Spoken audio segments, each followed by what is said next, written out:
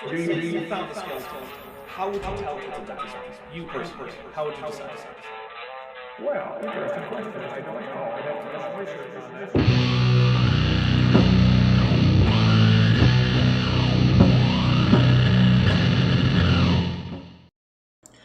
All right, and we are live with Vandalia 1998, and I want to say hello to everyone in chat. Hey, chat. This is a leading Old Earth Creationism, and so, Vandalia 1998, why don't you introduce yourself real quick, and then I want to ask you a question as to exactly what you believed as an Old Earth Creationist, because Young Earth Creationism has a narrower range of belief, I feel like, and I think that there's a lot more variety within the umbrella of Old Earth Creationism.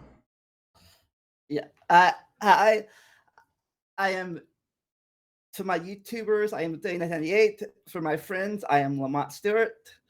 I have a YouTube channel and a Twitch channel and every other channel out there in the because I have one of everything else.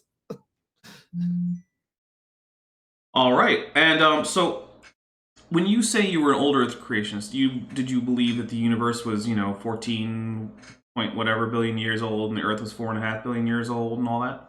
Yeah, I don't really know how whole I thought the Earth, what all that stuff was, because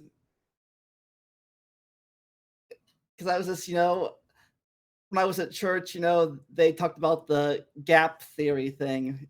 Mm-hmm. Where one something, the first verse is one thing, then stuff happened, and then apparently Satan was the meteor that killed the dinosaurs, and then reboot. Wait, Satan was the meteor that killed the dinosaurs? Yeah, I think that's I remember him, the pastor, saying that one time. Okay, that's a new one on me. I've never heard anyone say that. Yeah, we got banished from heaven. Okay, all right, that's interesting. I'll give it that. But you were an anti-evolutionist, I assume. I don't say anti-evolutionist. I said no. I didn't know what it was. Okay. I can't really be anti. You have no idea what it is. Okay. Now, were you raised as an Old Earth creationist? Well, I don't say I was raised as it, because I believe the Earth was old because I read in the library, read books about prehistoric animals, and where I saw these history books about like the old trilobites and the cephalopods and the scorpions, timeline things, and I just believe God creates stuff. So I guess that's really. Okay. And by the way, we have a $10 super chat from Ilya Moon. Thank you very much for your generous super chat. She says, support. And I really do appreciate the support. It does help. Yeah, it really helps a lot. So please, as a reminder, when we do open up Q&A, super chat questions, why is Origin open up? Don't be a jerk, Origin. Sorry, for some reason, one of my video game launchers decided to just pop its face in front of my computer. I don't know why. Anyway, so, is there, like, an age at which you can say that you became an Old Earth creationist, or is it sort of one of the, like, as far back as you can remember, you just had these kind of gap theory... I can remember. Okay. Since kindergarten, I guess. Okay. That's why I remember going to church. I might have been earlier, but I don't remember my preschool days that much. Okay. So, and this was something that wasn't taught to you in church. Was it part of home life too, or was it primarily a church thing? Primarily at church. Home life was just going to Sunday school on church on Sundays, and that's pretty much it. Okay. And so, about how old were you when you started to leave this sort of Old Earth gap theory idea? Probably, I guess, probably either late high school or early college, when I actually learned science and stuff and learned what evolution was. Okay. Oh, and a €2 super chat from Jens van Broekhoven at Ilya Moon agreed. Thank you very much for your generous super chat, Jens. And also, Jens is one of my patrons on Patreon. So if you want to support the channel that way, links are in the description. There are numerous tiers. You can get early access to most of my videos. Obviously not the streams, because that's not how streams work. You can get early access to streams, but you can be on a stream an hour early. Yes. You can try. If you're one of my patrons, you get to time travel. It's amazing. It's one of the top tier benefits. But more seriously, though, there is a great Discord server that's just for the patrons. I post stuff I'm working on. You get previews of stuff that I haven't even finished yet. You can get your name in the credits. And yeah, it's we have fun. And if you're considering that, check down the links. But anyway, back to the topic on hand. Just had to stop to show myself every once in a while. Okay, so you were learning this about evolution and things. This was like in high school, or was this something you were doing on your own? I guess both. Just reading. I love to read books. Okay, that's fair. And so over the course of high school, you realized that, hey, this whole evolution thing is true. Yeah. So what about the Old Earth Creationist beliefs were the most incompatible with what you were learning in all of these books on things like evolution and things? Because I assume that there must have been some kind of conflict. So what was the thing? What were the things that was the most in conflict? I assume you perhaps stopped thinking that the meteor that killed the dinosaurs was Satan. Yeah. But just the sudden like appearance of things, you know, like angry. It's not good explain. I guess. You know, I thought before things that suddenly appear, I learned that things can, you know, change a bit. okay, so when you were a Old Earth Creationist, had you been taught that like perhaps certain biological forms simply appeared and disappeared from the fossil record without really having any antecedents that could have been evolutionary ancestors? Yeah. Okay. Yeah, I find that that's a really common thing, and it's strange because it's just so at odds. Like, I remember when I was a young Earth Creationist, it was basically like a mantra that there are no transitional fossils. And it's like, well, yeah, there are. There's hundreds of them all over the place. It's off topic real fast. Speaking of that, I didn't really know. I honestly didn't know. Yeah, YC was really a thing until like the last 10, 15 years. Really? People think that Earth is because, like I said, I was a history mate. I loved history. I'm like, people thought the Earth was 6,000 years old, but what about the Native Americans 10,000 years ago? Of course, they're land bridges. It's not. Yeah, it's one of the big problems is that 6,000 years ago may, depending on exactly how you date certain archaeological things, may actually be after the invention of the most basic forms of writing. And so technically that's younger than history is. You know, you might as well say the universe is 100 years old. Like, what about all the stuff that we know was going on before that? I don't know. So yeah, it's... Young Earth Creationism is a strange thing. And I generally have a lot more... I don't know if I want to say... I usually have less to argue with when it comes to Old Earth Creationism. It usually just comes down to evolution. And I think they reject a lot less of the science. But then I also know people who call themselves Old Earth Creationists who don't reject evolution. So, I don't know. So how did you feel about, you know, the people who had been teaching you this Old Earth Creationist stuff after you realized that, hey, this is just not actually very accurate. This is wrong. I actually really think much of it. I'm like I was like whatever. Okay. I wasn't really at least back then. I wasn't really a fighter, a speaker upper. I'm just like I'm just sit there and like I disagree. Okay. Did you let like friends and family know about your change of position on that? Yeah, I've told people that I So I'm not gonna say believe, that's a kid thing, but, it's like, that I, accept evolution, like, yeah, it's a thing I do now. Okay. And did that cause any problems there?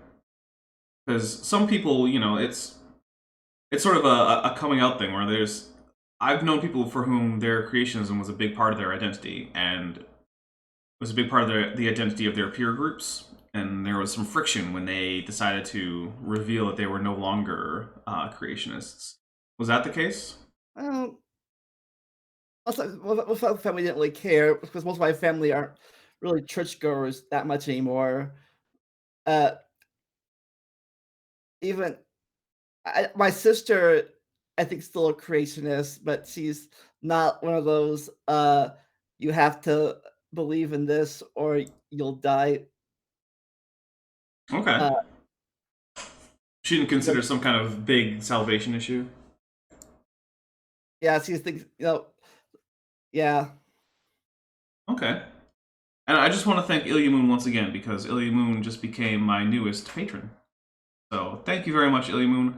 I will be making sure to add you and my other new patron that I got this month, someone upped their pledge level. I'll be making sure that you two get into the credits for next month because I only update credits on the month because I wait until after the first billing cycle, just because I feel like that's just my policy. So there you go. So now you can do all the stuff the patrons can do. You can vote, you can watch stuff early. I'll make sure that you're on the Discord server. If you're not, let me know. But thank you very much, Ilya. I just want to express my appreciation. So, what did you think about the flood when you were a Old Earth Creationist? Did you think there was a global Noah's flood? Actually, yes, but again, it got confused me a little bit because I believed, in history and Native Americans, but then when they said the flood happened 4,000 years ago, I was like, wait, how could the flood happen 4,000 years ago if Native Americans were over here 2,000 years ago? So I had to do a little, what's it called? Mental gymnastics. Yeah. And this is before I knew the flood was was not real at all. I was like, this to make sense, the flood had to happen before Native Americans came over to America. Mm-hmm. It's like 40,000 years ago, maybe, or 20,000 years ago. So I try to make history fit my preconceptions, or in my head. Right. There were too many contradictory things that you already knew were true about history for the flood to easily fit in. Yeah, especially being that early or that close to our time period. Oh, and Joseph Grant said, I would become a patron, but I'm disabled Vietnam vet on very limited income. And here's my rule for everyone. Do not give me your money if you cannot afford it. I don't want it. If you can't afford to do anything like Super Chat or be a patron or whatever, then please don't. I don't want to be the cause of anyone having trouble making ends meet. Support for creators like this is for when you have money to be generous with. When you're in a situation where you don't, then please don't give me or anyone else that's a creator money like that. It's your views, likes, shares, comments, those help a lot. And I mean it. I notice it. When I get more engagement and views, YouTube picks up the video and starts running with it. So But you mean you're not what? You mean you're not, like, every 5 minutes shelling your, like, video series? And oh hey, I mean, do watch all my video series. Definitely do that. But I meant like Kent does in his videos, like, oh "Hey, yeah, oh you can see this for this the whole video series for $9.95." yeah, give me $50 and I'll send you a hard copy of any one of my videos. I mean, I guess I would, but please don't do that. That's stupid. I'll get you a VHS. How about that? That'll be interesting. Anybody even know what VHS here? So know what VHS is? Well, we know Joseph Grant does because he's a Vietnam vet, so he was definitely around for the VHS craze. So right now, do you? I assume that you don't think that there was a global flood. No. Okay, and animals and plants and other organisms are all related to each other. Yeah. Okay. Like to know. Still don't know what the exact lines are, but then I'm not a biologist or a botanist or anything like that. Well, So yeah. I mean, heck, I do. I spend a lot of time looking into this, and I still don't know where all of the lines are. In fact, the scientists don't know where all the lines are because in some cases it's hard to tell. yeah, it's something that I wish DNA could be shown at older than whatever how old it is now. Like you could actually check like the real lines of stuff. Yeah, it's unfortunate because you get things like you get fairly complicated relationships. Like just recently, a new study on Tyrannosauria was published with new phylogenetic analysis, and it's upset some apple carts and very complete data set though. So there's always these questions, and Is that is that like the one where they might have rearranged the dinosaurs as no, that was an older one. That was a survey of a lot of dinosaurs, and right now there's been some pushback and some questions about the exact amount of reproducibility that the study had. So that one is still a little up in the air. But what do you think is the craziest thing that you believed as an old Earth creationist that you no longer believe? craziest thing? Craziest thing. Well, besides Satan being the reboot, dinosaur reboot thing. I mean, yeah, that's a pretty big one for me. I really hadn't heard that one. Um, I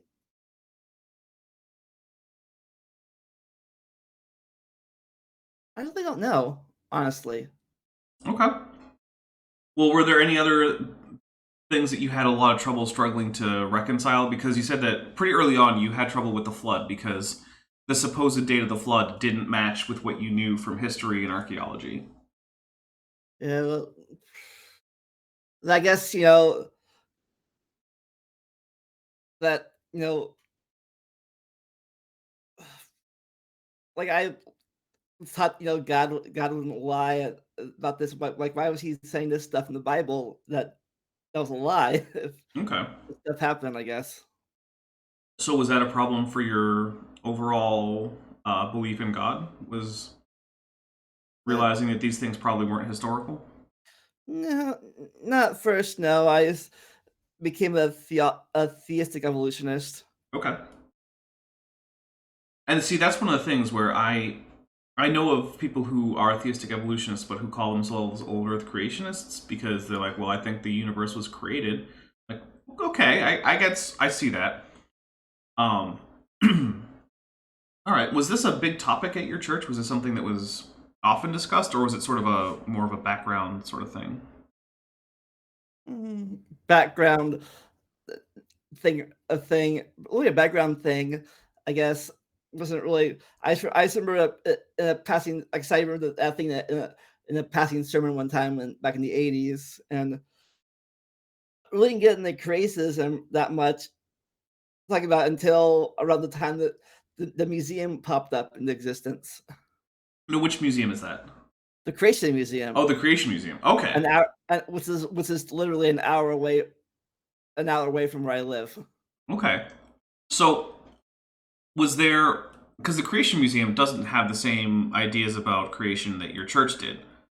So, was there any discussion between the members of the church about this museum that was an old Earth museum and was talking about the Earth only being 6,000 years old, whereas you guys believed in a gap theory? Was there any? No, they just went to visit him, Okay. And that and didn't that's seem to bother them that there was that difference? not really. Hmm. I guess the time changed. Like time changes, I guess, and that's when I learned it. And that's when I learned around that time. That's when I learned about the YEC thing. Now, at that point, you were not an old Earth creationist anymore. No, I was definitely, I definitely was a evolutionist. Okay. I can't say that. That's what weird saying that now, uh, but the time I thought I thought it was name things weird. 'Cause I thought I was an intelligent designer. Because I thought that meant theistic evolutionist. Because Oh, okay. I didn't know it meant creation at the time till years later. I thought, oh, God guided evolution through his design, I guess. Okay. um, sorry, I laughed at someone decided to type in some Spanish in the chat. Anyway, okay, so did you go to the museum? Yeah, twice. Wow. Okay, so 2007 and 2008. okay. So how would you describe your experiences there as someone who was fairly recently, I guess, no longer a creationist, right? Yeah. And so what was it like to be there and see all this stuff that you might have believed a few years earlier, but now you just know is not accurate? It was weird. The first thing went to the planetarium part, and it tried to explain how the light worked, and really, they didn't do much science. They said basically all they did was, oh, the Earth is this big, and the Sun is this big, and these stars are this big, and this big, and this big. They didn't really teach you anything like except for stuff you already knew. Yeah. It sounds pretty small, compared to the whole universe. Yes, it is. That's true. Thanks, guys. Thanks, Ken Ham.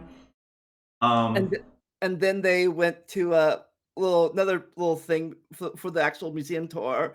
They had little angels, pretending to be students, and then they brought, they brought up the at the time, I guess, was the newly found out soft dinosaur tissue thing. Oh my goodness. Back 2007, and the potato students but like, teacher sir, this we found we found soft tissues. Yeah. Actually, that reminds me. I know Eric Viertaler is in the chat, and Eric, if you could pass along like an email or something I could use to get in touch with Mary Schweitzer, who was the person who first discovered that soft tissue. I would love to have her on for one of these because I don't know if you know this, but she is a former young Earth creationist. So I think that would be a good episode because now she's a professional paleontologist and definitely not a young Earth creationist. So actually, I was only vaguely aware that there even was a planetarium at the Creation Museum. Do you think that you might go back to see? Yeah, I've wanted to go back now that I've wanted to go back now that no that since I'm no longer like a 3 day a week churchgoer, like I want to see back at it with like new eyes. It's like Okay. so I still semi believe stuff back then, not what they're teaching, but Okay. Yeah, I'm actually interested to go. It's not an easy thing for me to get out there. It's like 3 days away from me, so yeah. but it would be interesting for me because I was pretty into this whole young Earth creationism thing when I was a kid. And yeah, I think it would be. But yeah, I think the museum's different now from when I went there like 13 years ago now. It 14 years is. ago. From what I can tell, it's less interesting now. Yeah, when I went there, basically, uh, they had different different things, and it was all about the 7 C's. See, I can remember off the top of my head. First was creation, That makes sense. big one. Then I think next was corruption. Okay. Corruption. Then catastrophe, Okay. big flood. Yep, the flood. Was now his own now his own museum. Then confusion, the Babel stuff. Oh, okay, that makes sense. Then this get all the way to Christ. Oh, just ignore the whole rest of history between then and Jesus. Yeah. Okay. Anything between the Tower of Babel, and then doesn't really matter. They really are answers in Genesis. It's like, oh, hey, you ever hear of Exodus, Leviticus, Kings? It's only up till chapter 11 in Genesis. Right. And Abraham appeared, and like they're like, let's see. Then Christ.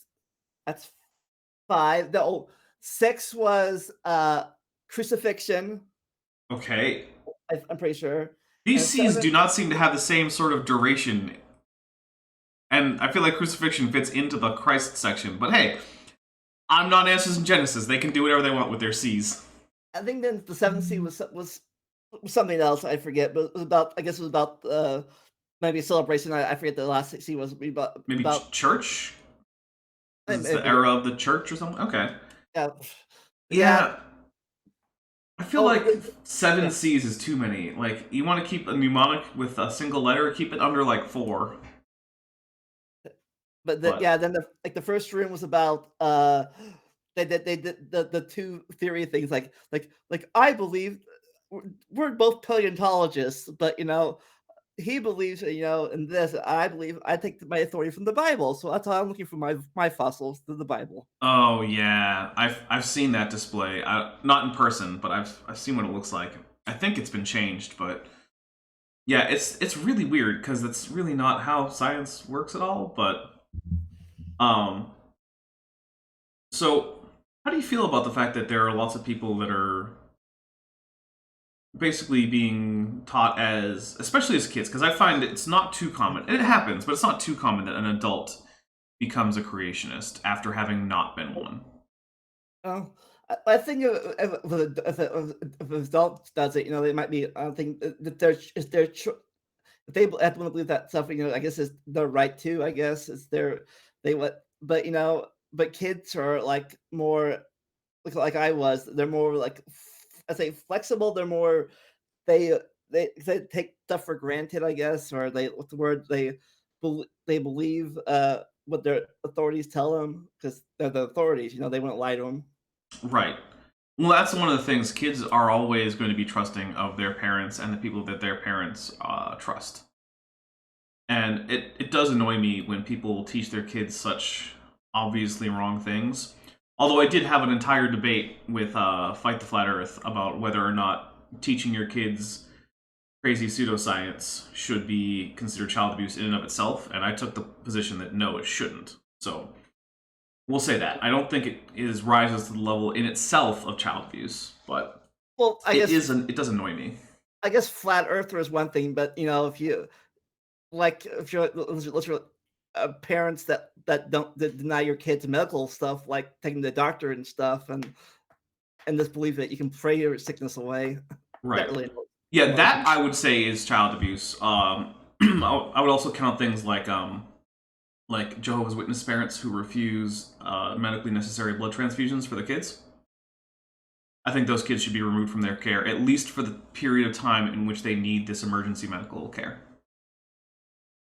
And I think if it's found that you didn't bring them to the hospital because you didn't want them to get this necessary medical care, you should be in jail for manslaughter. And it's like, oh, but religious freedom. It's like religious freedom stops when you're killing your kids. It stops before that in most cases, but yeah, if you're killing your kids for your religious freedom, I don't care about your religious freedom. Stop it. Don't kill kids. So yeah, that's all a lot more serious than teaching kids that a comet or an asteroid was Satan, which is still really weird. Was there a reason that they said that was Satan? Like, what was the reasoning there? I really couldn't tell you because I was only like in elementary school at the time. Because I guess they thought that was between verses 1 and 2. That was the Earth. That was like the reboot or the retcon or whatever you call it. Like that. They're like, okay, it's time to like reset everything. And like, okay, so let me see. The mammals. Let me see if I have this story correct, right? So throughout the Paleozoic and the Mesozoic, God is sequentially creating these various organisms, but they're not evolving. He's just poofing them into existence as organisms, and he's changing out which animals are around at what point for some reason. I guess just for fun. And then Satan falls around the 66-ish million years ago. And when he falls, he literally falls to Earth killing the dinosaurs. Then God starts making mammals. And eventually one of the mammals he makes, or starts making more mammals, I guess. He starts letting mammals become the dominant life form by creating bigger ones and faster ones and whatever. Yeah, that's when the 6 day thing happened, I guess. That's when So it was not only a gap, but it was also sort of a day age, except all the ages were just stuck inside the last few, or last 66 million years. probably. I can't really tell you.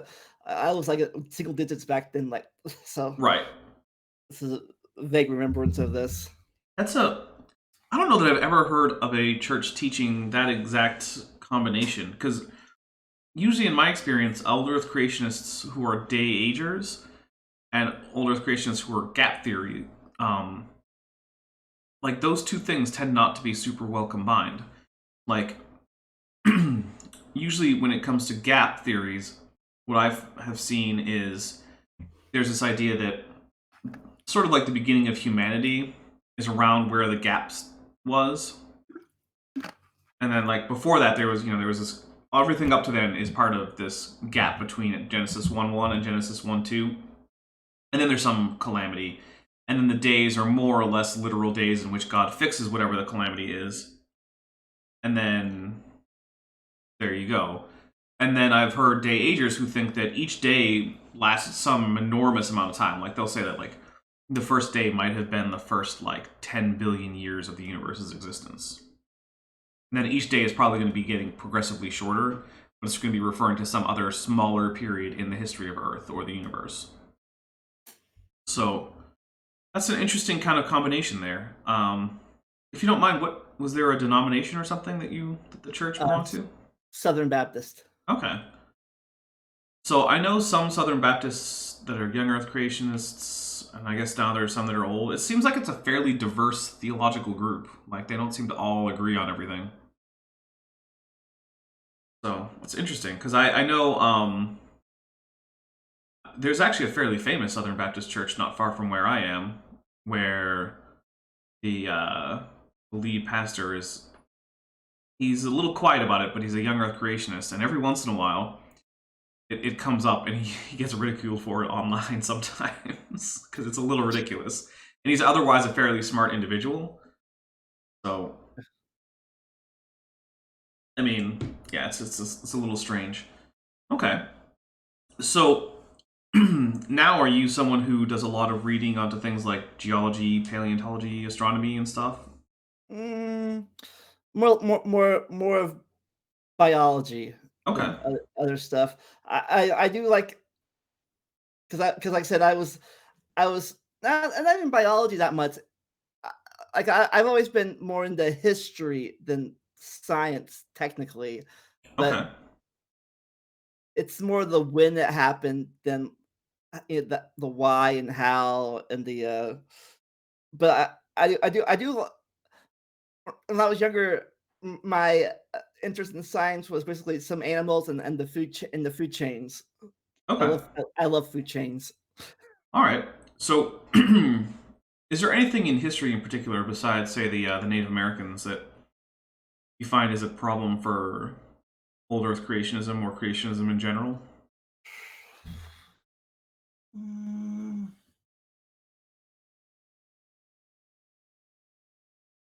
I it's learning about the continental plate things. How there's like 2 or 3 mega continents instead of just the one. I used to Oh think yeah, about. there were quite. I mean, there are always various hypotheses, but last count I think I've heard that geologists have fairly reasonably well recovered about 15 over the course of the last 4 billion years supercontinents. So that's quite a few. Yeah, I can see that. I also think that one of the things that you don't hear about a lot with creationists, but they definitely believe, is things like the historicity of the Tower of Babel and the Exodus. And I mean, there's no reason to think there was a Tower of Babel. I mean, human migration patterns do not emanate from the Crescent Valley. into other directions. They emanate from North Africa. Actually, they emanate from Central Africa into North Africa and Southern Africa and Western Africa, and then into the Middle East. So there's those problems, and also there just isn't really much evidence for the Exodus having happened the way it's described in the Book of Exodus, and these are still things that most creationists say happen literally. And I assume that your church was also agreeing there. Yeah, actually, back when I was still that, I actually read a book about that tried to at the time that tried to again to make history fit the Bible, or Bible fit the history thing. Where it's this book by this guy named I don't think he's a creationist or what he is, but he wrote a book called Pharaohs and Kings. He talked about that time the thing where he claimed to find like evidence that proved the Bible happened in Egypt in that time period. I think his name was David Roll. You ever heard of him before or not? I'm not familiar with him, no. Yeah, because I literally watched the thing on not History Channel, maybe it was History Channel or TLC back when History Channel was history. Well, yeah, instead of just like aliens. Little joke there I have sometimes, but yeah, it's a 3-part series, and I read a book about it, where basically he said he claimed he found archaeological evidence, about how the time period was wrong and stuff. So he the Bible really happened. Bible stuff really happened. Of course, now he's like really. I think people like even back then people didn't like disprove it. I don't know what happened to him now, but yeah. But back then I was like all into that book. Yeah. Well, I've yet to see anyone really convincingly argue for the accuracy of Exodus as a literal work of history. Obviously, there are certain aspects of the historical books in the Bible that have turned out to be in line with some archaeological evidence. Like most of the major locations and people who have been mentioned after Exodus, there are actually archaeological sites and artifacts associated with these names. Yeah, for a long time,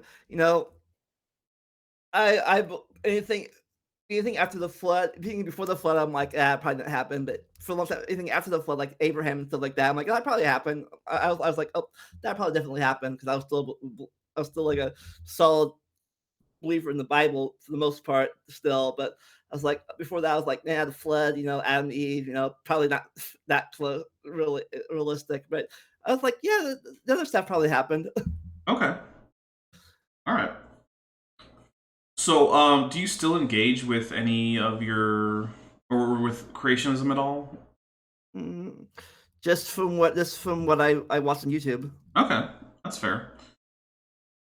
All right. Well, I think. Yeah, sorry. I think like it's weird. I feel like sometimes I feel like I look back at them. I'm thinking, wow, was I like that? I don't think I was, but you never know how you were when you think differently now. Okay. 1 second. So I think it's a little bit earlier than we normally open up for questions, but I think I want to hear which questions the audience has and whatnot. So if you have questions for me or for Vandalia 1998 or Lamont, or what would you prefer to be called? I actually should have asked you that at the very beginning. Call me whatever. Okay, if you have questions for whatever, please leave them in the chat, and I'm sure that whatever will answer them. So there you go. That's now your new nickname. It's awesome. I've been called worse. So one quick little channel announcement is the premiere that I have set for Thursday might end up getting bumped to Saturday. I might have another Leaving Young Earth Creationism this Thursday. I'm going to see if he can do it the next Thursday, just because I've already set that premiere, and I don't want to. That premiere has already been rescheduled once. I would rather not reschedule it twice. So I might try to see if I can have him do next Thursday. But that's there is another Leaving Young Earth Creationism in the works. And if you are watching this now or at any time in the future, and you would like to tell your story about leaving Young Earth Creationism or Old Earth, I focus more on Young Earth, but please just email me at the.dapper.dino.yt@gmail.com. That's also the email that you'll find on my About page on this YouTube channel. So we have some questions. Let's see. Question for Lamont. Do you still believe in God? And my policy on those is you do not have to answer those questions if you don't want to, but you may. Honestly, I do not know. Okay. And that was from Eric Virtaler, who has been on your channel. Yes, he's been on there twice. One time with you. Okay. Yes, that's true. We did the after show for his debate with Cody on your channel, didn't we? That was a fun after show. Yes. In fact, Cody basically had to say, "Okay, shut up, Dapper." I think because I was too easily refuting his points, but that's just my take on it. That's when I brought up to him about the flood and the Native Americans. Yeah. All right. So we have another question from Eric Virtaler. Another question for Lamont. Has he ever thought of doing a debate on creation versus evolution? No, because I don't believe I have enough knowledge to really not say seriously. I guess I don't know. I don't have the knowledge to fully debate somebody about a subject. Okay. What about? I wouldn't want to like to go in like unprepared or like Right. What about something like historicity of the flood or something like that? I just had to have the research and I would have to research and stuff. Okay. Yeah. That's very fair. Let's see. From Joseph Grant, what was the main idea that caused you to rethink your ideas? Just learning stuff. Okay. The knowledge of not being like not just like saying, read the Bible. Okay, that's all I need to know. La la la la la. I don't need to know anything else. Just keep on learning new things. It's like I said, I like reading. I like learning stuff. Okay, hold on 1 second. Maya Atkinson just accused me of teasing her. Maya, when do I ever tease you? Come on. Let's be honest here. When do I tease you? Well, maybe I do a little bit. Okay. Sorry, I just lost track of where I was in chat, so give me a second while I try to catch up. Also, the Evil Scotsman says, I believe in response to the question about God, he says, an honest answer, fair enough. So I agree. I'm definitely a fan of people admitting when they are not sure about things, because that's the honest thing to do. There are things I don't know about. There are things that I think I know about and I'm wrong. And the way that you can grow in your knowledge about anything is to first admit when you don't know what is going on about certain things. Some things you do know, but admit when you don't, because then you can move on and actually get new information. So, and don't be afraid to be wrong. You're going to be wrong. Everyone's wrong. It's okay. So they say you learn from mistakes. Exactly. You learn from mistakes. But one of the big mistakes that's hard to learn from is not being able to admit that you made a mistake. Okay, so we have from Eric Virtaler, this is more of a comment, but I wanted to read it. Cody still thinks you were being rude to him when you were just calling him out, and he refuses to do another video with you because he knows you can easily debunk him.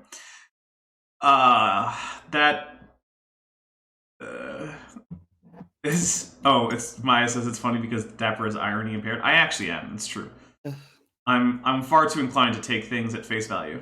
So yeah. I thought the highlights of that video we did with Cody. I made a joke, kind of like we were talking about how animals can kind. And I made a joke. Well, like about sex. Things have sex. I made a joke about, well, what about Great Danes and Chihuahuas? They can have sex. That means they're different kinds, or something like that. And like I remember that joke I made. Yeah, actually, I would be interested to do a response video to him. I mean, he obviously won't come on with me, but he can't stop me from taking one of his videos and picking it apart. So I might have to do that sometime if he starts doing a lot more videos. I don't like to do it with debates too often because I feel like debates should be watched in their original context. And yeah, but actually, that might happen sometime because if I guess in a few million, I guess in a while, maybe 1,000. I don't know how long it takes for dogs, but if Chihuahuas and Great Danes don't have sex for a long time, and they drift apart, they could be different species. Right. Yeah. No, I mean, actually, I would argue that if not for the intermediate forms in dogs right now that can all breed, up and down, like if you were to wipe out all the dogs besides Great Danes and Chihuahuas, they would be different species.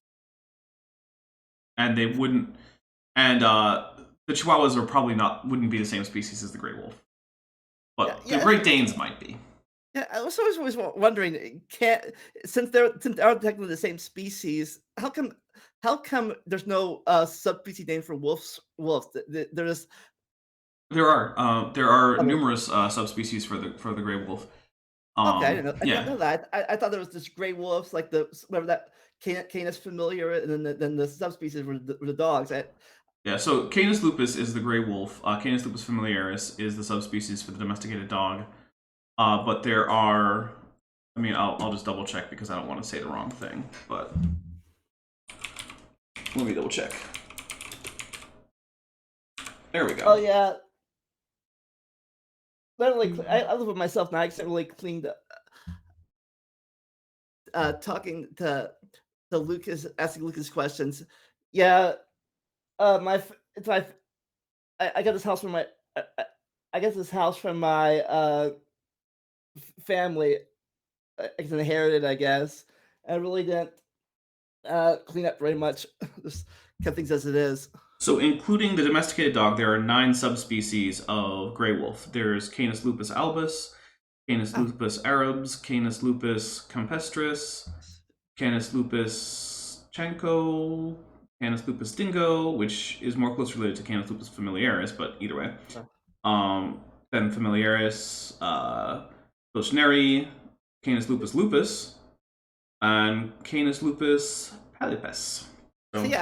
See, I learned something new. I learned something new today. I thought there was only 2: the gray wolf and the dogs. Nope, there are 9, including dogs. Or if you don't want to, so that you can still go back and forth as to whether or not dingoes are dogs or their own separate species. They're a land race of more or less dog, but they've been feral for so long that they're essentially wild animals. So it's dingoes are weird. Let's see. Eric Fritzler says I should do a video on Cody's video about the firmament. Send me a link to that. Send me a message on like Facebook or something, Eric. Let's see. Oh, and you answered the question from Luca, didn't you? Yeah. Okay. Let's see. From Tyler West, what was your biggest influence when you were a creationist? Someone like Hovind or Ham? Was there like an author? Just the pastor in the Bible, I guess. Okay. Yeah, I didn't even know Ken Hovind was a thing until I saw a Logic's video, and Ken Ham was a thing until I went to the museum. So I know about Ken Ham until 2007. I didn't know about Ken Hovind until like 2012. Okay. Let's see. Maya says, I was today years old when I learned about Old Earth Creationists. There you go. Joseph Grant said, my specialty is linguistics, but also worked many years in psychology, and this man is a genuine article. Kudos to him. From Eric Vertaler, what does Lamont think of dinosaur deniers and flat earthers? Well, I think dinosaur deniers are weird. Yes. Yeah, because I actually watched a video about.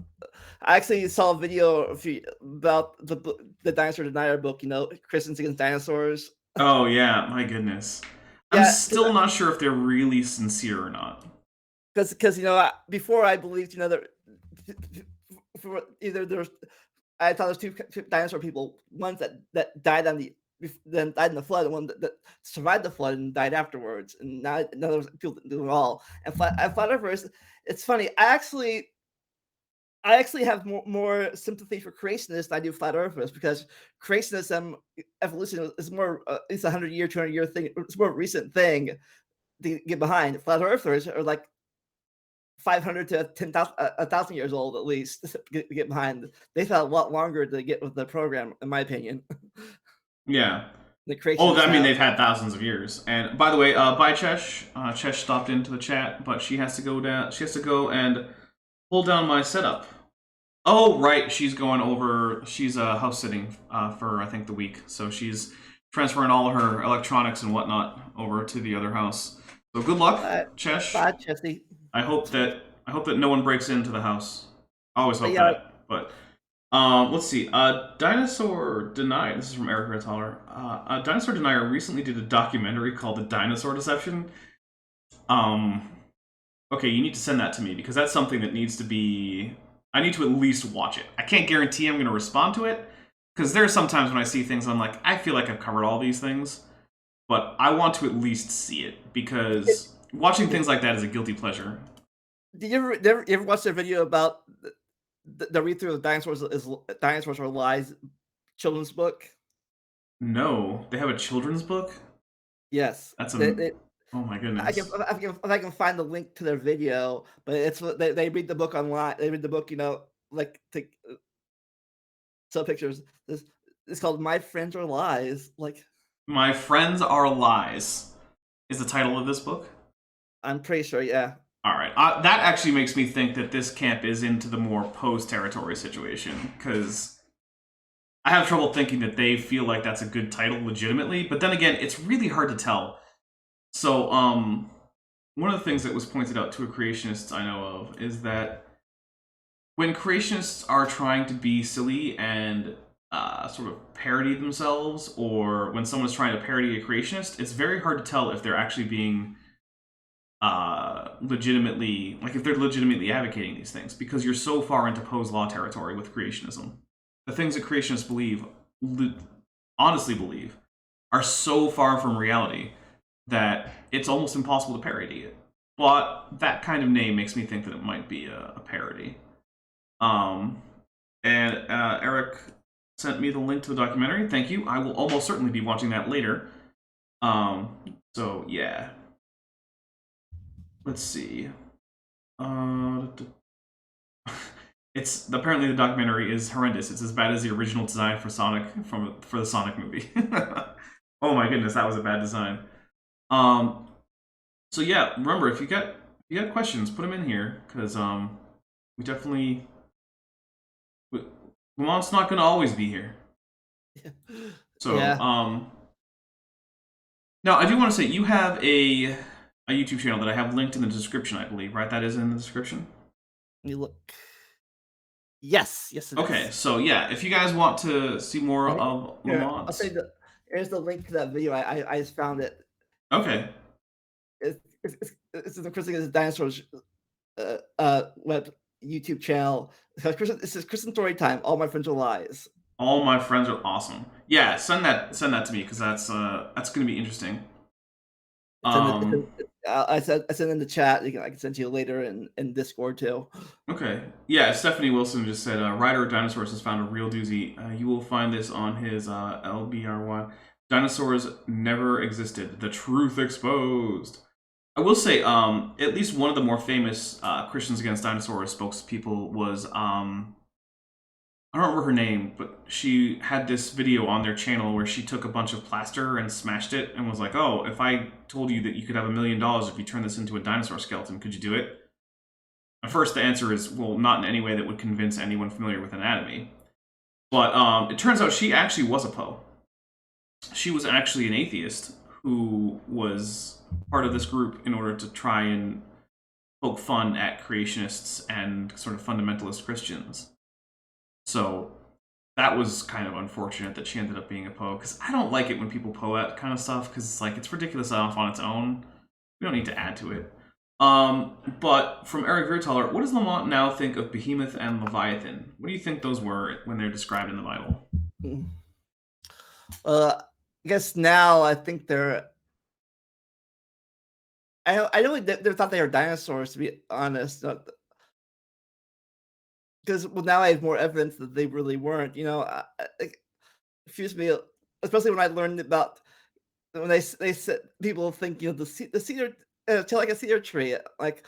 But then I learned that there's a difference between American cedars and Lebanese cedars. Right, and that since this is written somewhere near Lebanon, the Lebanese cedar is a much more likely identification. Yeah, it's like just like people say the cedar trees are this big. Like, yeah, and they really knew about cedar trees they wouldn't see for thousands of years. Right.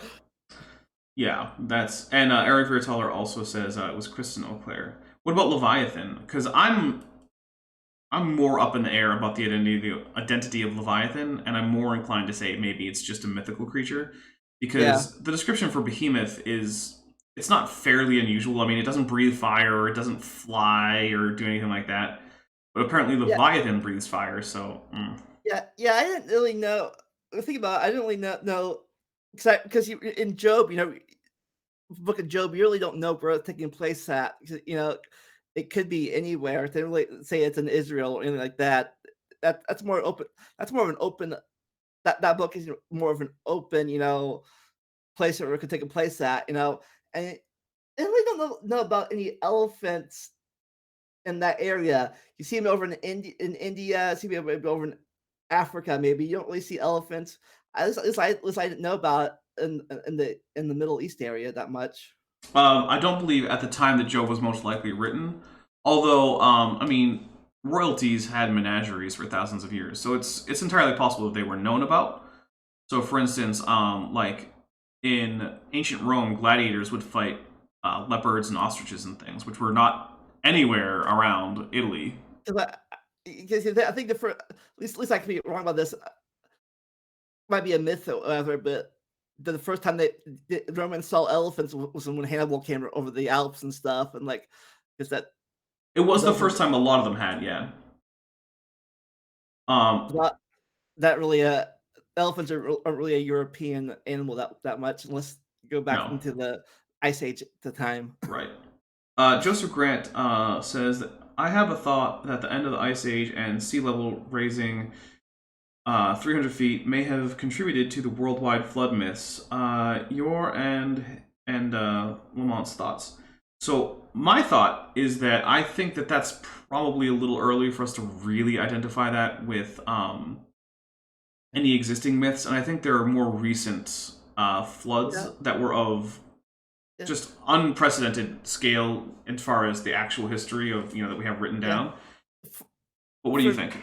For a long time, I saw this documentary about that, and I thought it was accurate. I thought it was I don't know if it's accurate anymore, but about how I forget how long ago it was about how like some kind of meteor or comet hit around the Black Sea area or maybe the Mediterranean because it caused some tsunamis and stuff back I don't forget how long ago it was. I thought maybe that was the flood they're talking about.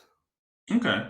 Yeah, I think a more recent flood is more likely, but I can't say that I can rule it out. I mean, there were huge areas of land that were flooded at the end of the Ice Age that humans had inhabited.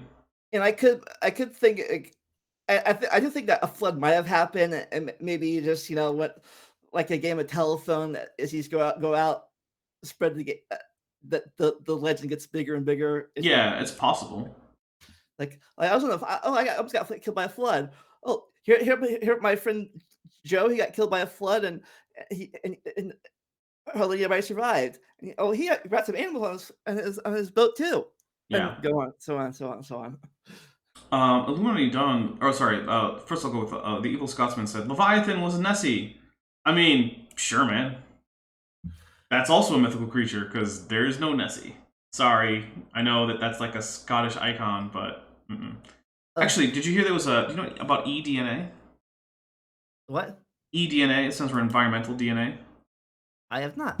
So now scientists are good enough at getting sequences of DNA and replicating DNA fast enough to sequence it that they can actually take samples from the environment, from like soil samples and water samples and things, and see what kinds of DNA are in there.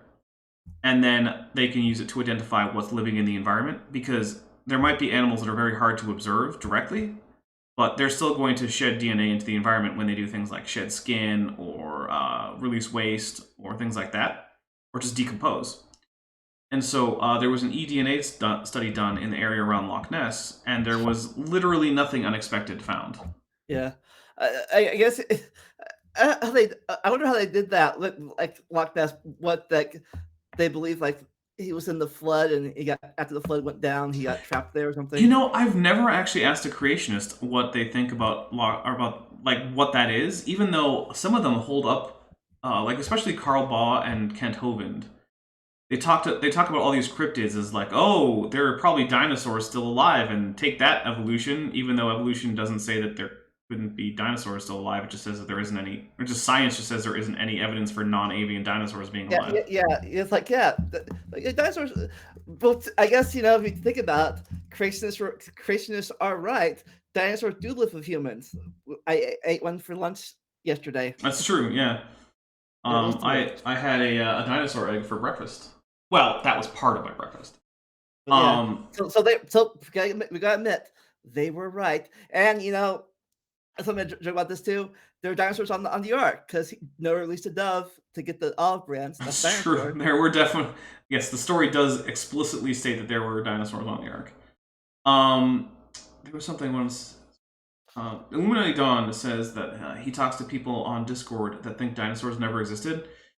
You should send them my email, because I want to have that discussion. I don't know if I want it to be a formal debate, because I don't think it's worth setting up like a legitimate, timed debate.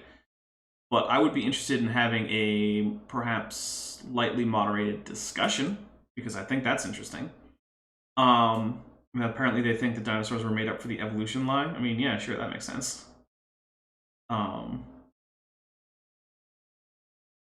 Maya says, as silly as I think YECs are, at least they're consistent. I have coworkers who believe everything about evolution except the sapien line, which apparently is not a primate for some reason. Was that ever a position that you encountered or held? That everything else evolved, but not humans? Humans didn't evolve. Yeah, I think I think that might have been a thing I might have believed. Because we're special. I mean, humans are definitely special, but not in ways that I feel like can't evolve. They're extreme animals in certain aspects.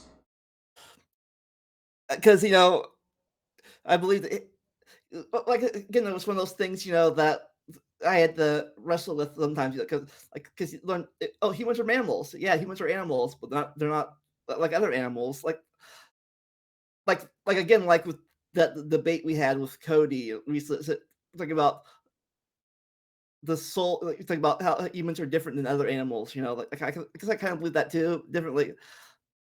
Like the soul, humans have souls, so they're not animals, or they are animals, or I forget how he said it. Yeah.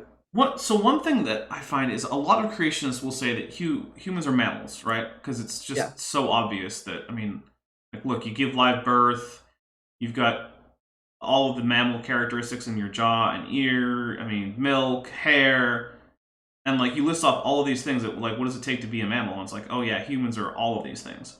But then as you get more specific, what kind of mammal are they? Are they a primate? And then they're starting oh, I don't know. I don't know. It's like you have all the characteristics for a primate, just like you have all the characteristics for a mammal. And I think that's because you're starting to get into the area where some creationists are actually starting to accept a certain amount of common ancestry in these groups. They don't want humans to be in any group that has common ancestry with each other, as far as they're concerned. So from Tyler West, what about Leviathan being a big crocodile? I think it's plausible that it's an exaggerated crocodile. What do you think? I guess that makes the most sense. I never really gave it much thought. Right. I've been leaning recently towards identifying Leviathan with the sort of Middle Eastern primordial dragon or serpent of chaos that is slain by the gods to create the world out of the primordial oceans. Because you can see certain hints of that kind of thinking in the Bible, where Leviathan is a sea monster that God kills in the Psalms, and the world is originally formless and void, but then God separates the waters out in order to create the world. And so I think that that's sort of a vestige of those sorts of ideas about there being a primordial monster of chaos that, in this case, the one God like destroys. like that one tale in the Babylon era. I forget his name. I want to say one thing, but I think I get him confused with the Beowulf guy from England. To the different subjects, different stories. Hmm. I forget who he was. But I think it was a Babylon thing, I guess, or maybe a Assyrian tale. Yeah, well, a lot of those areas, like Babylon, Assyria, the Sumerians, they had very similar mythologies. Yeah, I was thinking. Is it named Beowulf? No, I think Beowulf was up in Europe. You're probably thinking of Gilgamesh. Yeah. Yeah. Gilgamesh is, I believe the original is Sumerian. Eric Dritteller says, "I wish Cody would do a debate with you." Look, I'm up for it. I don't think that I'm particularly mean in debates. So you know what? Send him my debate me video where I lay out my general requirements for having a debate. And like I said in that video, it doesn't have to be on my channel. I might mirror it at some point, but it doesn't have to be on my channel initially. And as long as we get a moderator that he's okay with, Yeah. Cool. Yeah, I guess you want to do the after show on my channel like you did last time. Like I volunteer for the after show. Yeah. Oh, and Illuminati Dawn says, I could do that. I want to make a Discord fan-made server for you, Dapper Dino. I will start making it very soon. Yeah, definitely do it. I'll join it. My patron server is just for patrons, but so I probably won't do things like I probably won't post much in the way of previews or links to early access for videos because it's more of a patron thing. But if I do some kind of funny thing, I'll post it in there. I'll post art that I do in there, stuff like that. So yeah, feel free. You definitely have my endorsement to make a Dapper Dino Discord server for fans. I have advertising. I have my own Discord server too that Dapper is a part of. Yeah. Well, I'm on your Discord server, aren't I? Yep, you are. Yeah. So Eric Ritteller says maybe if you word it correctly, he will do a debate with you. Well, yeah. I mean, I don't like to do a debate where it's just like, oh, creation or evolution, because it's too broad, and creationists like to conflate evolution with everything under the sun. So like Kent 6 evolution. Only like 1/3 of it, 1/3 or 1/6 of it is even evolution to begin with. It's a third of it. His last two are actually evolution. Trey the Explainer did a video on Leviathan. Yes, he did. It was very good. If one of my mods wants to grab that video and post it in the chat, you guys should check it out. After this, of course. Don't leave the stream to go watch Trey the Explainer, but do watch Trey the Explainer because he's really good. Let's see. Ken says there was more oxygen then, and dinosaurs had small nostrils, so friction caused them to breathe fire. Yeah, I've heard that one too. Let's just say this. The thermodynamics are a bit iffy on that one. It's funny though, because I don't know how I think there's learned that oxygen was higher than dinosaur time, but I think it was what's much higher before the time of dinosaurs. I think, wasn't it? Like during the amphibian reign. Yeah. So I don't have a great internal map of the oxygen content of Earth's atmosphere over time, but it definitely reached a peak sometime around the Carboniferous. The Carboniferous is when Earth's atmosphere was like a tinderbox. That's one of the reasons we have a lot of charcoal deposits. But I do believe that there were periods during the Mesozoic when it went higher than it is now. I wish Trey the Explainer would do a debate. I feel like that's not really his thing. I don't know. Like, maybe he would be great. I don't know. It just seems like that's not the thing that he really wants to do. He's more of an explainer. Yeah. Let's see. Oh, Amaya asked what Mokele Mbembe is, and that is a cryptid from the Congo that has been described in ways that kind of vaguely match a sauropod, like a Brachiosaurus or an Apatosaurus or something. And it's probably not a thing that exists. Yeah, I think it'd be weird if they still if they did, a sauropod did exist, that they unless they were like got suffered to what they call the island dwarfism, and they got shrinking down to smaller to hide better, I guess. But it's weird. Well, They still exist, and in Europe, there were island dwarf sauropods. That is a thing that happened. We do know that sauropods did become subject to island dwarfism at various times because during much of the Jurassic, Europe was basically just a series of largish islands. And so there were numerous instances of island dwarfism and island gigantism, which both happen on islands. but yeah, that might happen. But the creationists say they're still the same size as they were back then. They're just very good at playing hide and seek. Yeah. Well, it's like Bigfoot, right? Bigfoot's just a blurry kind of a monster. That's why you can't get a good picture of him. He's just blurry. Actually, funny. I actually thought Bigfoot might exist for not creationist because it could be like one of those animals that, like an orangutan or whatever, that crossed over the land bridge. Well, nothing about there being a North American ape. Like, okay, let's say we haven't explored North America, right? Yeah. It's just the continent that exists now where it exists. Nothing about the idea that there might be a non-human ape that has been there for a long time is particularly crazy. It just isn't true. Yeah. It's like if you said, "Oh, hey, look, I found a new species of like American, I don't know, anything else that lived in East Asia at the time. Like, oh, we found like an American." Like Sasquatch and Yeti are like speciations of the same thing. T. Lane, you are late, man. Come on, you're like an hour late. Oh, he's interdimensional. Yeah, I forgot. Bigfoot is interdimensional. It might have been believable back before cameras and stuff, but I doubt that everyone with a camera that went up there has not seen one, despite by now that existed. Yeah.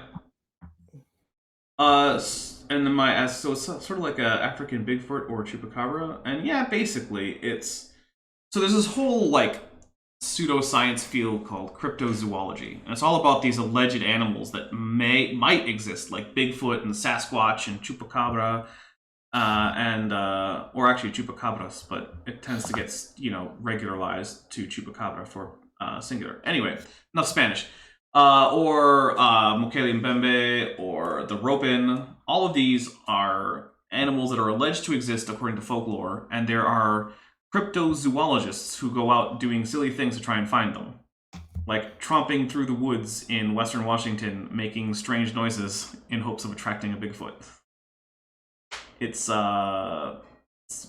strange and amusing, and I like the idea that there are people who are that enthusiastic about the possible existence of these monsters that just don't exist, that they go out of their way to try and prove it and fail every time.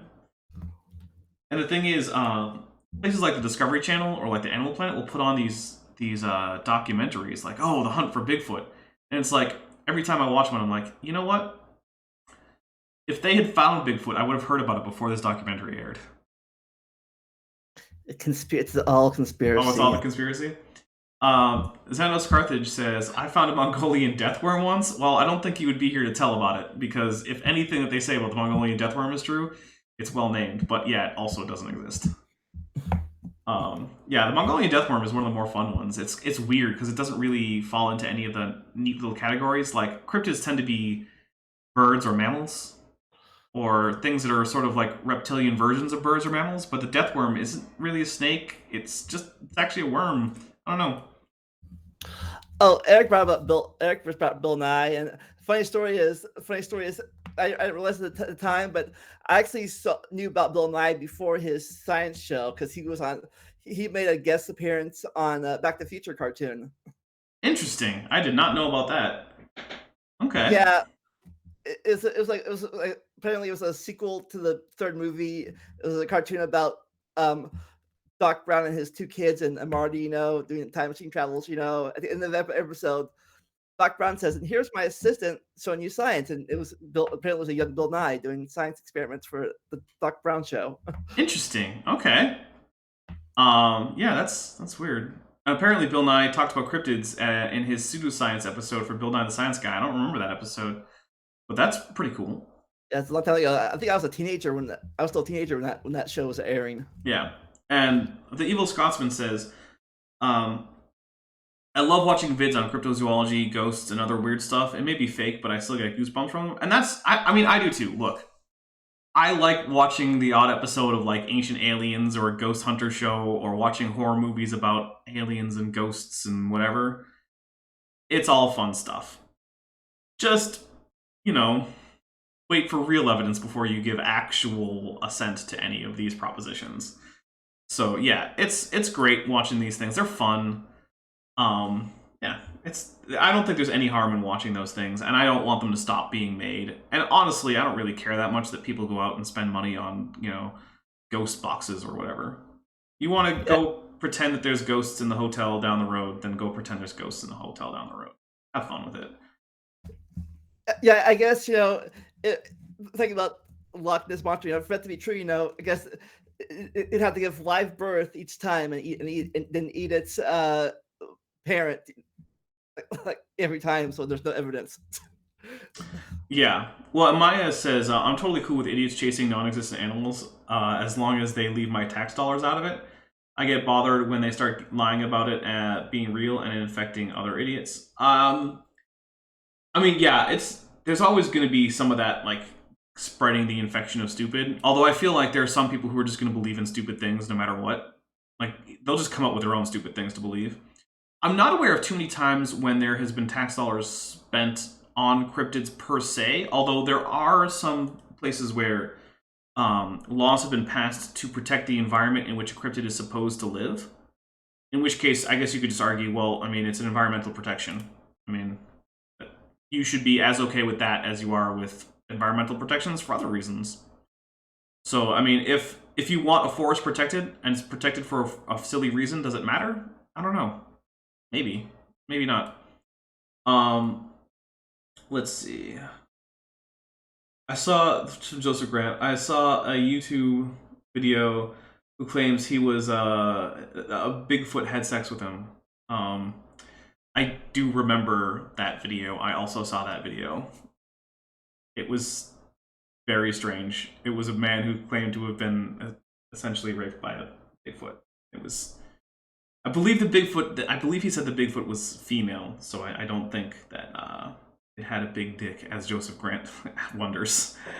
Yeah.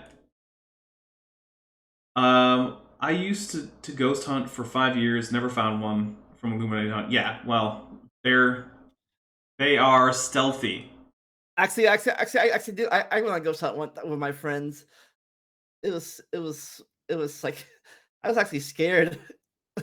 Yeah. Really, I guess I really put up in my mind more than actual evidence. The thing is, ghost hunts always seem to take place in creepy locations at night. They don't bring a lot of light. Like you're not bringing floodlights to your ghost hunt. I think they're really more of like an exercise in just trying to scare yourself. It's like the reality TV version of a horror movie, right? Like, okay, if you like horror movies, you might like going on a ghost hunt and walking around this creepy building in the dark, and your imagination gets heightened, and every little noise and bump and draft becomes significant.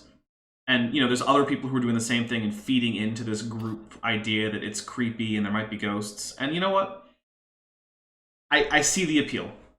Honestly, if someone was like, oh, hey, we're going to go ghost hunting, and I don't have to pay for any of this equipment, I'd go ghost hunting. I don't expect to see anything, but I think I'd have fun. Yeah, we just brought like an old fashioned like Kodak camera and our car. Nice. I would want to go with one of those groups that's really well equipped, and they've got like the spirit box and the like infrared cameras and all this stuff. Like, yeah, we went all out. I'm like, okay, sure. Eric Viertaler says it would be funny to take a dinosaur denier to Jurassic World ride at Universal Studios or a flat earther to space. I would prefer to take a dinosaur denier on an actual paleontology dig for vertebrate paleontology. Because, like, what do you do when obvious bones come out of the ground? Like, what is that? Like, la la la, I don't see anything. La la la la. You planned this. Yeah. You planned this. You planned this before you got here. Right. Apparently, there's a flat earther named Karen B who claims to have had sex with Bigfoot. This is, you know what? There's also people who claim that the same thing about ghosts. And I feel like maybe people are just having really vivid dreams. I don't know. That seems like a more likely explanation. Or like the people that thought aliens built the stuff. Yeah. Oh my goodness, like ancient alien stuff. Yeah, actually, funny story about that. I actually wondered about that aliens. Because aliens might exist. We don't know positively know they could exist. I was thinking, I wonder if back in the time the aliens were the gods. They divided the planet. They're like, okay, we'll take North America and pretend to be Thor. You take Egypt and pretend to be Ra. We'll take over here be Yahweh. We'll be over here be Zeus. Like Yeah. or be in India to be the elephant god. So I'll say this, I don't find that a particularly compelling argument. I haven't seen evidence that would make me think that ancient alien stuff is true, but look, it's less ridiculous than young Earth creationism, so hey. Let's see, there was something I wanted to didn't Trey, so there's been some discussion in the chat about T-Rex and feathers. Okay, so and Trey the Explainer did do a video about it, and it was not debunked. What is the case is that we have recently found some small skin patches from various parts of T-Rex. None of them show feathers. However, they were all in areas where feathers are known to have not occurred on some dinosaurs that also had feathers. So the question as to whether or not an adult T-Rex had feathers is currently still up in the air, although we don't have any direct evidence for feathers, and we do have direct evidence for not feathers. Maybe it could be like not feathers, but maybe like down, maybe like. Well, that would be included under the feather umbrella. Okay. When paleontologists talk about feathers in dinosaurs, basically they're talking about any filamentous integument that's homologous with modern feathers. So, like the spines on a Psittacosaurus, or the downy stuff that you would cover like a I don't know. Clunodromius and stuff like that. I don't know the exact family tree of dinosaurs that well, but I think they're more related to the feather ones than the non-feather ones. I think, and their family. I forget how far away they are connected to like the raptors and stuff and the avian dinosaurs. Right. Well, so I mean, how closely related is always a question. I like to give how closely related things are in approximate divergence time. That's hard to do for dinosaurs, so it's But basically, something like Triceratops is about as far away from a bird as you can get while still being a dinosaur, whereas T-Rex is quite closely related to birds. And Eric Verteller says, from my understanding, I assume meaning T-Rex, was feathered on the back of the head, arms, and the end of the tail. By the way, are you a T-Rex? What dinosaur are you? I'm a Ceratosaurus. Okay. And Eric also follows up with, I believe they talked about it when we saw Victoria the T-Rex, which we did go. We went in person, Eric and I, go see Victoria the T-Rex. It's in Phoenix right now. So the thing about that is that those are the places where, one, feathers are most likely, the head, back, down through the tail, and the arms. But they're also the places where we don't have skin impressions. That's the thing. So it's very up in the air. Every place where we would expect to have feathers, we don't have skin impressions. And everywhere we have skin impressions, we don't have feathers. So, yeah, it's just still up in the air. I like to lean towards there having been some feathering, but I will not balk at reconstructions where there are no feathers. Yeah. So. Speaking of that, it's science is weird sometimes. Definitely before back before the controversy about the placement of the theropod dinosaurs. I always wondered how come the bird hip dinosaurs, the lizard hip dinosaurs that became birds aren't with the bird hip group. Like. Yeah. Well, so one thing that's kind of unfortunate is that they were named after their hip structure, which is not as characteristically different as some other aspects of their anatomy. So, for instance, the bird hip dinosaurs, the real big characteristic is that they have a bone called the predentary bone. There's a single centerline bone that's unpaired that is anterior to the tip of the dentary, and it forms the support structure for a keratinous beak. And they are the only animals with a predentary bone. And yeah, that's way more diagnostic for the so-called bird-hipped dinosaurs. So it's sort of an accident of history that we talk about the hip so much. We probably shouldn't, but Yeah. oh well.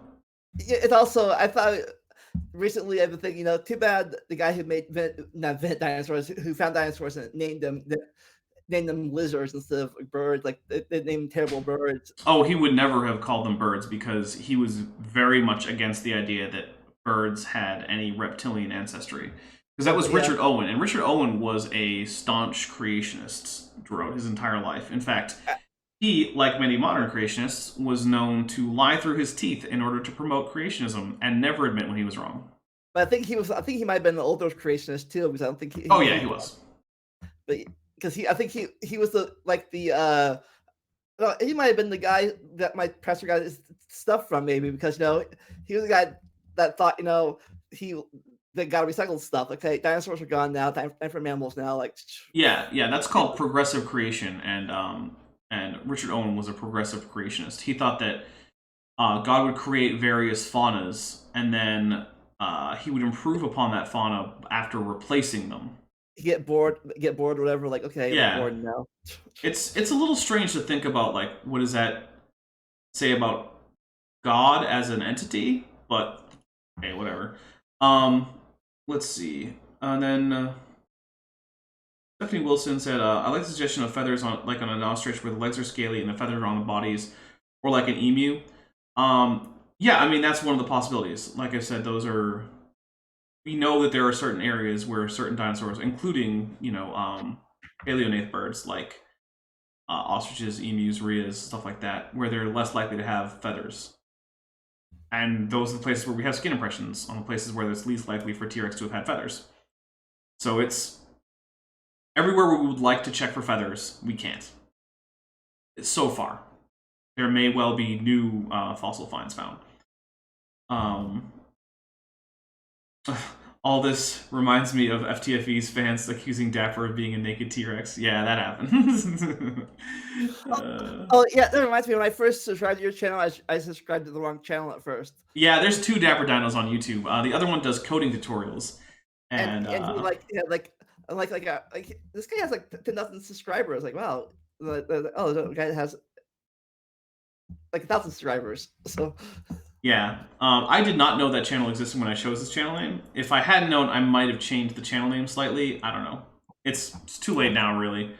So there you go.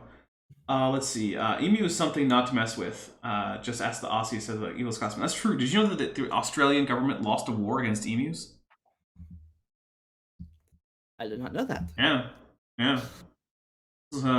Yeah, they tried to see. So the emus are agricultural pests. And so there was this big campaign to just decimate their numbers, just really bring down their numbers of emus. And so, like, military elements were going in and just trying to just mow down emus, but they couldn't actually make any significant dent in their numbers since they just gave up. They're like, all right, I guess the emus win. And welcome back to Elaine. Then Xanos Carthage says, I thought I was an atheist until I realized I'm a god. Yes, that's definitely very likely. Yeah, and the Romans might disagree, says the evil Scotsman. Yeah, probably. All right, well, I'm going to ask for any more questions that you guys have for either me or Lamont, and I think we're going to get some channel announcements in and anything you want to plug. So we'll give a few. And Eric Rittler has said that Cody had taken down his firmament video. Maybe too much backlash from flat earthers. Yeah, flat earthers get really butthurt really fast. They get triggered by lots of stuff. Very strange. I don't like. They seem to get really upset about things. I'm just like, why do you care? Doesn't matter. But let's see. So for channel news. Right now, my plan is to premiere a video on Thursday and have the next episode of Leading Earth Creationism be next Thursday, but that might change because the person I'm talking to may want to do it this Thursday, in which case I will push the video premiere back. Tuesday, oh, we have a $2 super chat. What is your opinion on turtles? I like turtles. Yeah. Yeah, I like turtles too. Cool. I really don't know if they ever decided if they're diapsid or anapsids anymore. Right now, it's looking very much like they are diapsids. We have some fossils from the Triassic that look very much like a diapsid stem turtle. So right now, there's a strong lean towards them being diapsids. There's even some question as to whether or not they might be stem diapsids or whether they might even be archosauromorphs. So there's some question there. The fossil record for turtles has actually been filling in recently. Just like many other lineages where you get, in the last few decades, we've gotten a lot more information from the fossil record about exactly how they evolved. So I would highly recommend looking into some of that stuff. I don't have the names of all the forms off the top of my head, but like we now know that it was probably the plastron, the bottom part of a turtle shell, that evolved first, and the carapace, or the top part, came later. We have some transitional forms showing how the shoulder girdle ended up going under the rib cage, which is the case for modern turtles, which is unique to turtles. We also found out that a giant pleurodere turtle in South America had weird little horns on its shell. So, I mean, I say little, they were little compared to the shell, but the shell was like the size of a Buick, so whatever.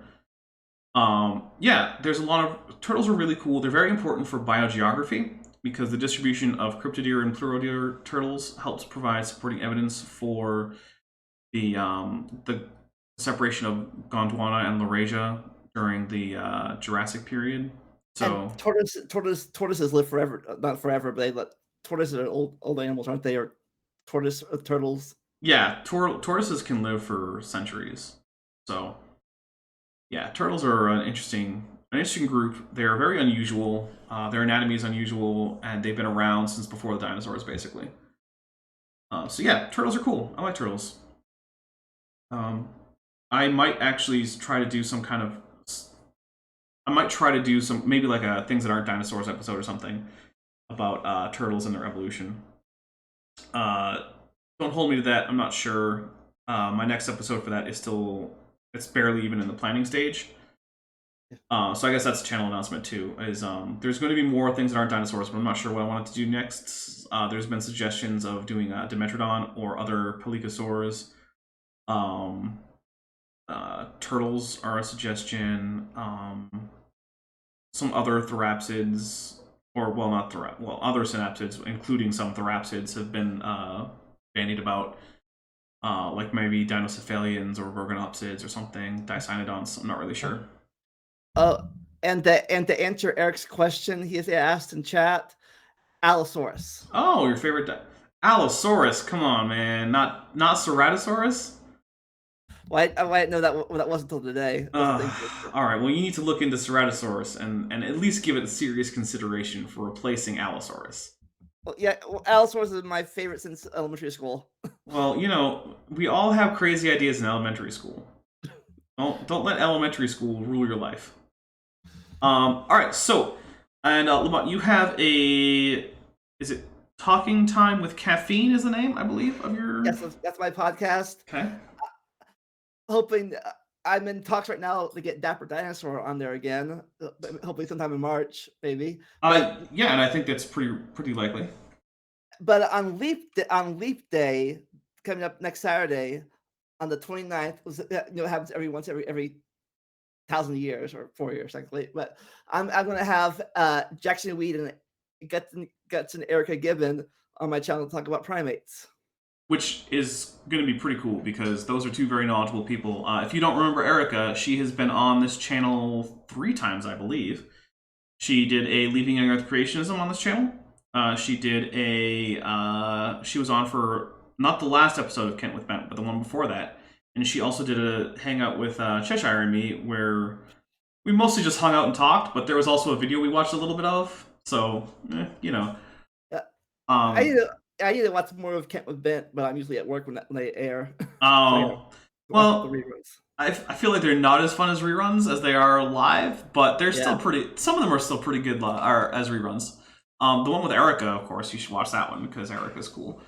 But we every once in a while have a guest on for Kent with Bent. One thing that I try not to have more than one extra guest on beyond Bent though, because it starts to really slow down the process of actually getting through the video. Yeah, especially when you have to drink or pause. Like, okay, wrong. Pause. 2 minutes. 2 minutes. 2 seconds later. Wrong again. Wrong again. Wrong again. Yeah. Oh, and Illuminated Dawn says, what about Tennis I think Tennis is cool. The museum near me actually has a model of it on their little waterfall display. It's still a little bit mysterious, just like how aquatic was it, exactly how did it live, because its neck doesn't seem to have been very flexible. But yeah, it's one of those really weird Triassic animals, because the Triassic was just bizarre. Do you have any thoughts on Tennis? Never heard of it until today. So. Oh, okay. Well, there you go. You should. Again, I listened to you today. Yep, you should check out Tanystropheus. I believe it was spelled correctly, although I don't remember off the top. Like Tanystropheus, Tanystropheus. Check it out. It's got a big long neck and sharp little pointy teeth. So, now when does Talking Time with Caffeine normally air? What is the normal schedule for you? Usually, usually Saturday afternoons, Saturday evenings. Unless I'm with an Australian guest, then it's Saturday mornings. Right. Yep. So there you go. So if you like Lamont and you want to see more of his stuff, check that out. He's had a number of interesting guests. I recently saw one where you had James from Modern Day Debate on. You've had Erica on before. I've had Jackson Weed on 3 times. I've had Tony from Kristen Taught Me Real Science on a few times, and oh yeah, Tony Reed, right? Yeah, Vice Rhino. I've had a lot of different people on my channel. Yeah, so Lamont can get some pretty good guests. So go check him out if you're interested. And just a reminder, if you really appreciate what I do here, we have ways to support the channel beyond just super chats and likes and stuff. But again, if that's not something that's in your budget, then please do not do it. But if it is in your budget and you would like to support the channel, there's a Patreon page. There is a Amazon wish list where you can get things directly for me that I either would like to have or that would directly help with the channel. You inspired me to make my own Amazon wish list too. I've actually had people get me some stuff from my Amazon wish list. So the microphone that I'm using right now, I got from my Amazon wish list from a fan of mine. I got mine for Christmas. Nice. There's also a merch store. So if you want the Dapper Dinosaur on a mug, a T-shirt, a tank top, a hoodie, a canvas bag, if you want a canvas print to hang on your wall, if you want a wall tapestry, a blanket, a pillow, whatever, I've got something on there for you. I think the only thing that Teespring offers that I don't have available is leggings. I couldn't figure out a good way to do leggings, so I just didn't try. Let's see, Tyranids are the best dinosaurs, hands down. From Xanos Carthage. Well, we're going to have to disagree about Tyranids being dinosaurs, but Tyranids are pretty cool. What are Tyranids? Tyranids are a alien species from outside the galaxy in the Warhammer 40,000 universe. Oh. Yeah, they're the inspiration for the Zerg from StarCraft. In fact, the Zerg are almost exactly carbon copies of the Tyranids. I've always been more Warcraft and StarCraft. Okay. Well, this is Warhammer 40k, so it's not either of them. But Blizzard took heavy inspiration for StarCraft from the Warhammer 40k universe. So much so that I'm surprised that Games Workshop, the owners of the Warhammer franchise, never tried to sue them for it. But yeah, so there we go. That is some of the ways if you would like to support me. If you have any other ideas for how you would like to support me, you can let me know. There are always possibilities. And if you don't, then don't. I don't want your money if you need it for yourself. So thumb up helps sometimes. Yeah, actually, thumbs up really do help. So hit the like button, hit the subscribe button if you haven't already. Share the video if you can. And I think that's going to be it. Any final words? I guess my catchphrase, never stop learning and enjoy the randomness. All right, well, there you go. Thank you, everyone, for stopping by. And thank you for watching. I will talk to all of you guys later.